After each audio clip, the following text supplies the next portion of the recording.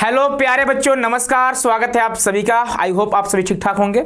देखिए, जिन बच्चों का सपना आरआई जाने का यानी रीजनल इंस्टीट्यूट ऑफ एजुकेशन, आप सभी को पता होगा कि अगर आप चाहे बीएससी बीएड करना चाहते होंगे या फिर बीए बीएड करना चाहते हैं, अगर आप एजुकेशन के क्षेत्र में अगर टीचर बनना चाहते हैं तो बच्चे आरआई आपके लिए सबसे बेस्ट हो सकता है। यानी कि मैक्सिमम जो बच्चे होते हैं ना, वो आरआई को पहला ऑप्शन देते हैं। जो बच्चे का क्या बोलते हैं, बायोलॉजी होता है ना, डोमेन में मैथ नहीं होता है, वो बच्चे जाना चाहते हैं आरआई, है ना। तो आज के इस वीडियो में पूरी तरह से हम लोग जानेंगे कि अगर आपको आरआई जाना है तो सबसे पहले आपको किन किन बातों का ध्यान रखना है, और अगर आप इन बातों का ध्यान नहीं रखते हैं तो कहीं ना कहीं आप आरआई जाने से चूक सकते हैं। और आप सभी को बता दें कि अभी आपके आईटीपी में बस 2 ही आरआई शामिल है। एक आपका जो आरआई जो भोपाल में पड़ता है, मध्य प्रदेश में है, और एक आपका आरआई अजमेर है जो राजस्थान पड़ता है। 2 और आरआई हैं जो शामिल होने वाले हैं। एक आपका आरआई मैसूर है और एक आपका आरआई भुवनेश्वर है। तो हमारी बातों को ध्यान से सुनिएगा। यहां पे 2 स्ट्रीम वाले बच्चे आएंगे, ठीक है। देखो, आएंगे तो 3 स्ट्रीम वाले, लेकिन ध्यान रखिएगा यहां से सिर्फ आप बीए बीएड कर सकते हो या फिर आप बीएससी बीएड कर सकते हो। आप देखो बच्चे, या तो बीए बीएड कर सकते हो, ठीक है, या तो आप बीएससी बीएड कर सकते हैं। ध्यान रखिएगा, या तो आप बीएससी बीएड कर सकते हैं, आप बीकॉम बीएड नहीं कर सकते। लेकिन एक बात और सुन लीजिएगा, जो बच्चे 12th में कॉमर्स से पढ़े हुए हैं वो आरआई जा सकते हैं। हमारी बातों को ध्यान से सुनिएगा। जो बच्चे 12th कॉमर्स से करे हुए हैं वो बच्चे आरआई जा सकते हैं, लेकिन सिर्फ और सिर्फ बीए बीएड करने, न कि बीकॉम बीएड करने। पहली डाउट आपकी क्लियर हो गई। बहुत सारे बच्चों को यही डाउट आ रहा था।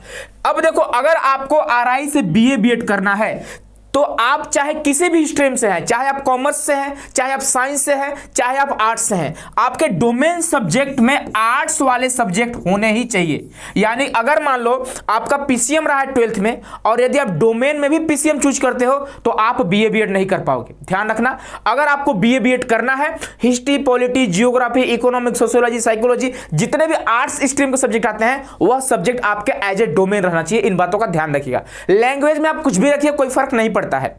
ध्यान से हमारी बातों को सुनिएगा। और यदि आप बीएससी बीएड करना चाहते हैं तो चाहे आप मैथ्स वाले हैं, चाहे आप बायो वाले हैं, ध्यान रखिएगा, चाहे आप मैथ्स से हैं, चाहे बायो से हैं, दोनों स्ट्रीम वाले बच्चे क्या कर सकते हैं, यहां से बीएससी बीएड कर सकते हैं।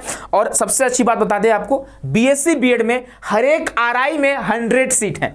सबसे बड़ी बात यह है कि यहां पे एक समझिए कि अगर आप आरआई भोपाल में जा रहे हो वहां पे 100 सीट आपको मिलेंगे, अगर अजमेर में जा रहे हो, राजस्थान में जा रहे हो, वहां भी 100 सीट मिलेंगे, अगर भुवनेश्वर और मैसूर ऐड होते हैं तो वहां भी 100 सीट रहेंगे ही।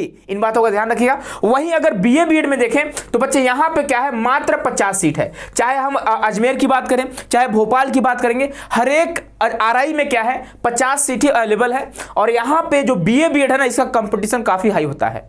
ध्यान रखिएगा। और बीएससी बीएड का ऑलरेडी हाई होता है। क्यों? क्योंकि बायोलॉजी वाले कंपटीशन यहां बढ़ा देते हैं, क्योंकि बायोलॉजी वाले बच्चों को आईआईटी एनआईटी का मौका नहीं मिलता है। लेकिन एक बात और मैंने आपको बताया था, बायोलॉजी वाले बच्चे भी एनआईटी जा सकते हैं। सर कौन सा एनआईटी? सभी एनआईटी मौका नहीं दे रही है, लेकिन एनआईटी जालंधर और एनआईटी त्रिची, और अभी सुनने को आ रहा है कि एनआईटी वारंगल भी जो है ना, एनआईटी वारंगल भी है, वो भी बायोलॉजी वाले बच्चों को मौका दे रहा है।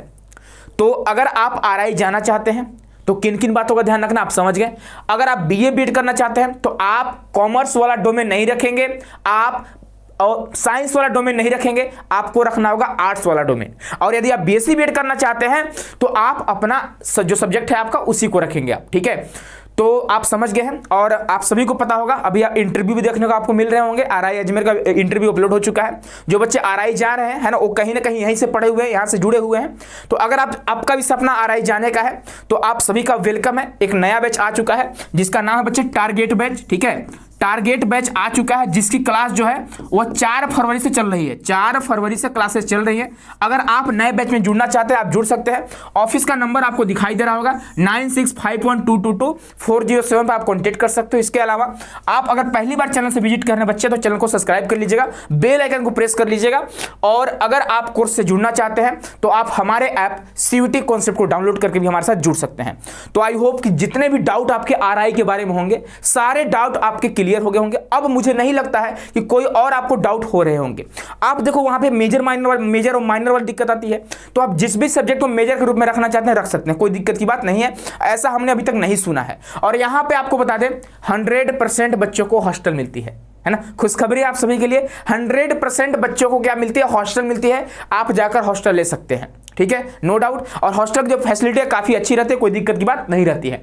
तो अगर आपका सपना एक ठीक ठाक एजुकेशन वाले कॉलेज से करना है, यानी कि अगर आप बीए बीएड करने जा रहे हो, कहीं ना कहीं बीएड एजुकेशन के क्षेत्र में जाना चाह रहे हैं आप, तो नाम ही है रीजनल इंस्टीट्यूट ऑफ एजुकेशन, यानी कि एजुकेशन का क्षेत्रीय संस्थान है। सबसे इंपॉर्टेंट आपके लिए एजुकेशन के फील्ड में हो जाता है। यहां से प्लेसमेंट भी होते हैं, इन बातों का ध्यान रखिएगा, वो डिपेंड करता है आपके ऊपर। तो जाइए, आरआई आप लोग का स्वागत है, और बहुत जल्द हम लोग आरआई में आपसे मीटअप करने वाले हैं। क्योंकि पिछले साल की बात करें तो लगभग मुझे लगता है 100 में से 90+ बच्चे जो हैं वो यहीं के हैं, एनसीटी कॉन्सेप्ट के रहे हैं। ठीक है, आप सभी को पता होगा कि इंडिया का सबसे बड़ा प्लेटफॉर्म एनसीटी के लिए वो कौन सा है, एनसीटी कॉन्सेप्ट है। सबसे पहले सबसे सटीक खबर जो है आप तक पहुंचाती है, तो इन बातों का ध्यान रखिएगा।